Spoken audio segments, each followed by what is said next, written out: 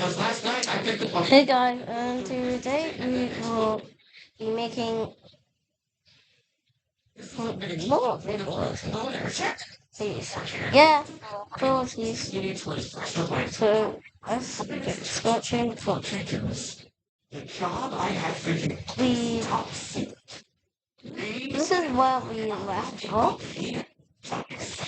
And Yeah, because the fingers, I mean, so the super secret job for these kids here is that Jack wants them to kidnap Santa Claus, but Christmas will be canceled when Jack can become Santa Claus, save Christmas by giving kids all the toys that Halloween Town's been making this whole time.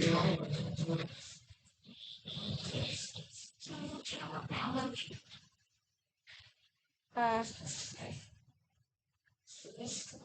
Yeah, they got some real bigger things over there, like a dead rat carcass cat and a dead cat Jack in the box. Alright. Or this. Just in time for the holidays, it's a fresh revolution book. Anyway, so the three kids manage to kidnap Santa Claus from Christmas Land, and they take it to their master, dad, legal dirty, Oogie Boogie. And so thanks to all this, Jack can finally take over Christmas for himself. So like, slight tangent here, but is Jack the villain of this movie? I mean, he discovers Christmas exists, and then immediately sets out to stop them from doing it so he can do it himself, including kidnapping Santa Claus from his house by using like three sex bad kids.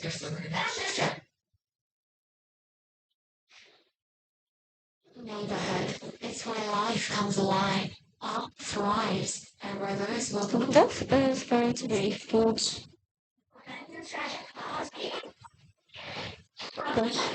Please. So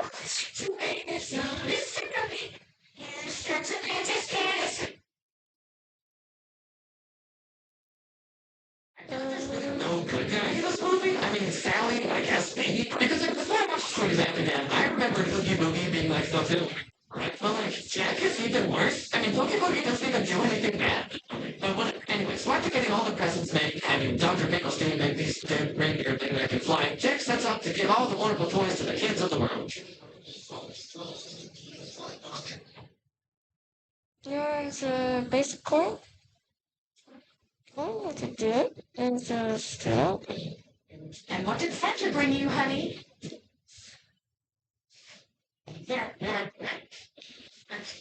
I can't.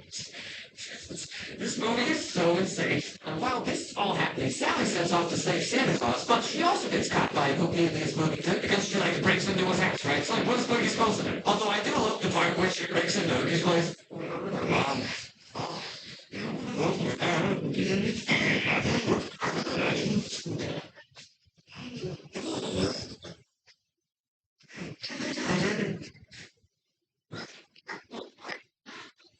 But it's even happening right now.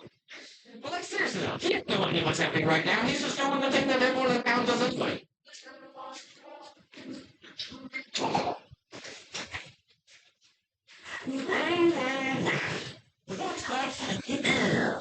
Santa Claus, oh! I'm really scared. So you know it's me, everybody.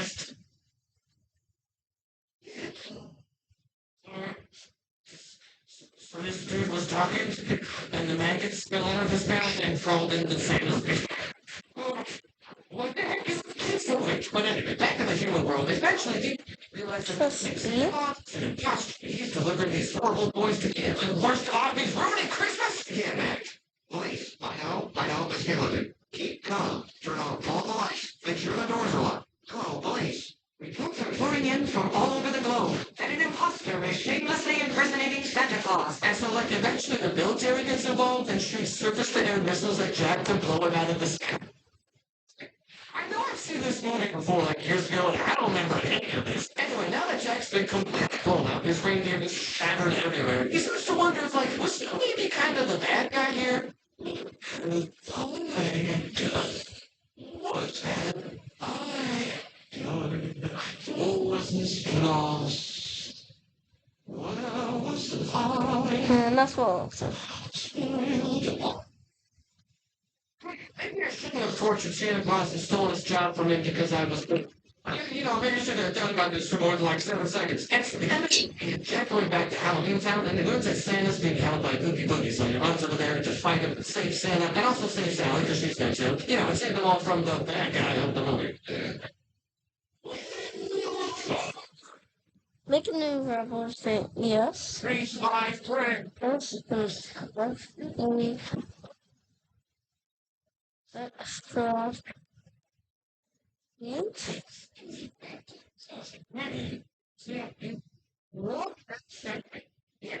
It's no, this is the worst thing I've ever seen.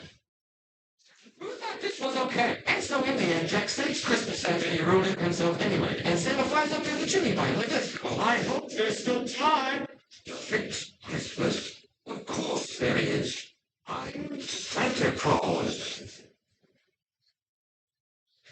And then Jack and Sally make out because they're in love, I guess. Even though they literally only had one conversation, which was about Sally's weird Christmas hallucination. Yeah, so set the extra speed to 2.5. Well, shit, this is the girl for me. But all the same, that's pretty much the end of the movie. So, I will say though, the movie still has one of the best, most unique aesthetics of any movie. I mean, this whole thing's been done many times since. Corpse Bride, Formula Line, Series of Unfortunate Events, not even just Tim Burton stuff. People have been kind of borrowing for this kind of look. The look of this movie holds up really well. It's kind of depressing to watch this movie though, because Disney today would never make a movie like this. I mean, the movie's insane. It's disgusting. It's horrifying. It doesn't even make much sense at all. But it's so cool. I hate this word, but it really is just vibes. The movie. There has been some talk recently of doing a sequel or a prequel or something, but please no. Okay, this is perfectly fine the way it is. I'm begging you. Don't do anything. Hey, also, don't forget to use my link and code LIARS55 for 55.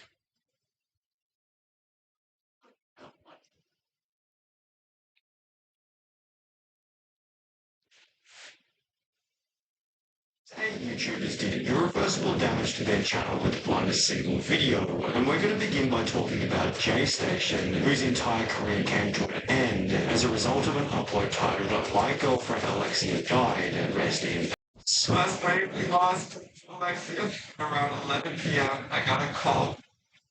Telling me what happened. J-Station stated that his girlfriend Alexia had gotten into a car crash, and as a result had tragically passed away.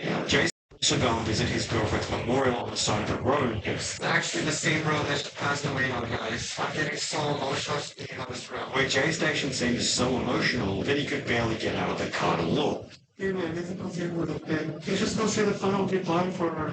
He's gonna be okay. I'm not do this. However, his extremely emotional state here ran contrary to a video that he posted 3 days later, titled "A Dead Girlfriend Ouija Board Challenge at 3 a.m. Gone Wrong," in which he couldn't stop smiling. We're doing the Ouija Board Challenge on my dead girlfriend. Let's cast putting right now, guys. One equals one prayer for Alexia, guys. Rest in peace. J-Station's complete lack of emotion in this new video led fellow Canadian YouTuber Some Ordinary Gamers to call the Canadian police and see if any Alexia Morano had recently passed away. I don't think what that means, because you might have suffered any form of death, right? As mentioned by the police officer, nobody by the name of Alexia had died, and after other channels such as Penguin Zero covered the story, Alexia came forward to confirm she was still alive. For a lot of you, as to what's going on right now between me and Jay and the videos that he posted. Alexia would go on to explain that she had nothing to do with the J-Station videos. It was just Jay, and I didn't even know what he was going to say in those videos before he posted them. And as a result, the two had broken up. He was constantly being mean to me for some reason. The times that he was mean to me, it's just he was so mean. However, J-Station then clapped back by showing Alexia helping out with the videos before trying to expose Alexia as being the crazy one out of the pair. Crazy. I've been a good person to you, Alexia. This one original video didn't only lead to the collapse of their relationship, but it would also eventually result in J-Station's entire channel being deleted. Therefore, J-Station probably should have gotten some advice from Sam Pepper, who had already ruined his image by posting an idiotic fake video. It went by the now infamous title Killing Best Friend Prank, and it began with Sam stating this. Let's see how he reacts to his best friend of 5 years being killed in front of them. The premise of the prank was that two friends get taken to a rooftop somewhere where one of the friends who was in on the prank is shot with a fake gun to see how the other friend will react. Even though they eventually revealed that the whole thing was one giant prank, the absolute magnitude of the stunt helped it to go viral, racking up over 9 million views in a little over 3 weeks. But while the extremity of the video helped it to go viral, the prank also began to receive an unbelievable amount of backlash. It was obvious that Sam didn't care about the controversy in the beginning, as he'd respond to the drama by promising to delete his YouTube channel if he was donated $1.5 million on GoFundMe. Your goal's pretty steep here, $1.5 million. I just told him, everyone hates my channel so much. I don't put that money where I'm at. Yep. Yet this only seemed to add more fuel to the fire, as he was still getting heavy backlash over 3 months later, at which point it became more too much to handle. Sandpepper would not only delete the original prank, but What's rather every single video from his entire 50? channel, leaving only one fresh new upload titled Sorry, in which he'd come forward and explained that the video was fake. Well, why would you pay me? Like, I'm being an idiot. Like, I'm being stupid. I know exactly what I'm going to say now. Of course, it's fake. However, the damage had already been done, and while Sandpepper has since had some success on TikTok, his channel never really recovered after posting the best friend prank. Brooke Hout's channel never recovered either, as after she'd accidentally uploaded a video of her mistreating her dog, her reputation was destroyed permanently. In the lead up to posting the video, Brooke Houts had gained 327,000 subscribers, which, as you can see from the videos on her channel, had been aided by her pet Doberman named Sphinx. Brooke always put up the facade that she loved her dog more than anything else. Obviously, me and my dog are really close. We're besties. We hang out 24/7. We're like 25/8. Am I right? However, less than a month after stating this, on the 6th of August 2019, Brooke would accidentally upload a full uncut clip of her pranking the dog while treating it like absolute garbage. As the video began to spread throughout social media, almost every single news outlet wrote an article of the story, prompting a Change.org petition titled Ban Brooke House from YouTube, which received over 67,000 signatures. Peter would also to Twitter in a post hoping that she was banned from the platform, yet incredibly her channel remained active, helping her to post a bizarre apology video about a month after the original incident.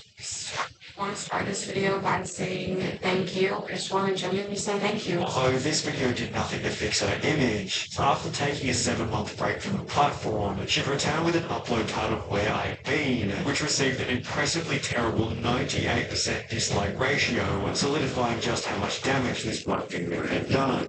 However, at least Brooke was never arrested for the controversy, as when Count Dankula posted a 2-minute 23-second clip of his dog, he'd end up appearing in court. The video was uploaded in April 2016, and the premise was as follows. Girlfriend is always running people with cute and adorable hobby doggers. So I thought I would come and maybe this cute thing that I could think of. In order to achieve this, Count Dankula taught his dog to perform a very controversial salute, with the video racking up 2 million views in the weeks after it was uploaded. Initially, the video was seen as a bit of comedic fun. However, on the 18th of February 2017, approximately 10 months later, Count Dankula would post a picture to Twitter confirming that he'd been arrested and would have to appear in court for posting the video.